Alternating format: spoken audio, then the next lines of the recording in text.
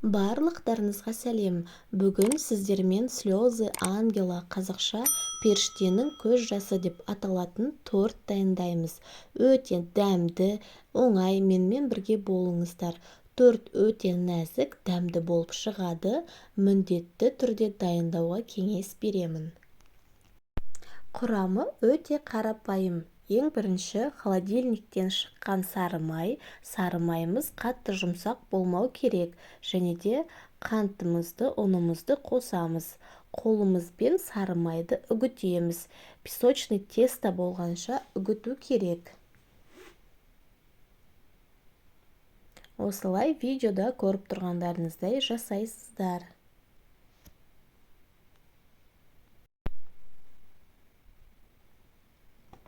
Және де қопсытқышымызды қосамыз. Одан кейін сары уызымызды қосып араластырамыз.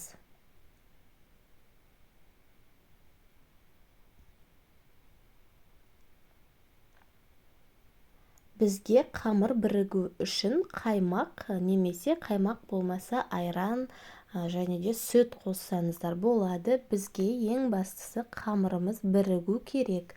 Қамырымыз біріккеннен кейін дайын болған қамырымызды 30 минутқа холодильникқа қойып қоямыз. Осындай қолға жабыспайтын қамыр шығу керек. Қамырымызды таза пакетке салып холодильникқа қойып қоямыз. Оған дейін біз салмасын дайындаймыз.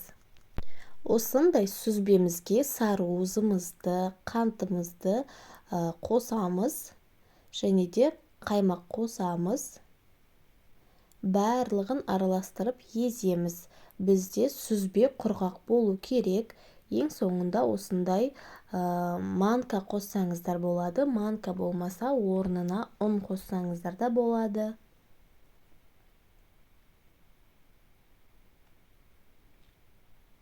Енді осыны тағы да езетін боламыз. Дайын болған сүзбемізді 10 минутқа қойып қоямыз. Себебі ішіндегі манка ісу керек. Оған дейін қамырымызды холодильниктен алып, осылай жайып шығамыз.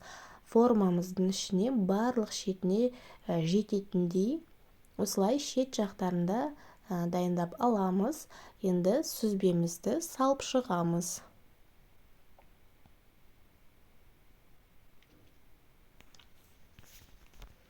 Осылай тегістеп барлық шетіне жағамыз. Алдын ала қызып тұрған пешімізде 180 градуста 30 минуттай пісіріп аламыз. Және де енді ақ уызымызды дайындайтын боламыз. Осындай құрғақ ыдыста, тереңдеу ыдыста бірінші ақ уызымызды салып шығамыз. Және де шетінен қосып қантымызды қосып отырамыз.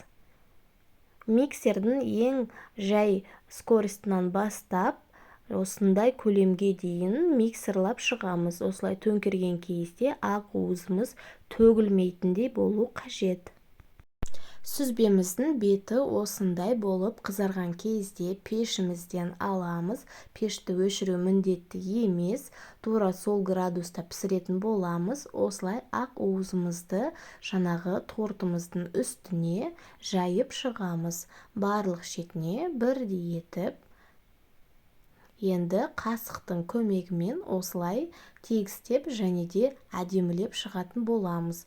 Видеодағыдай көрсеңіздер, осылай әдемілеп шығамыз. Және де бұл піскен кезде өте әдемі болады.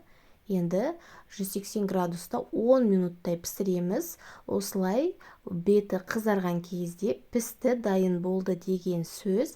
Енді осының бетіне карамельді тамшылар шығу үшін газымыздың жаңа пештің осылай ішіне қойып, бетін жауып, қасықша таяқпен немесе осылай кішкене ғана ашық тұрса, немесе екінші ол осындай табақпен бетін жауып қойсаңыздар да болады.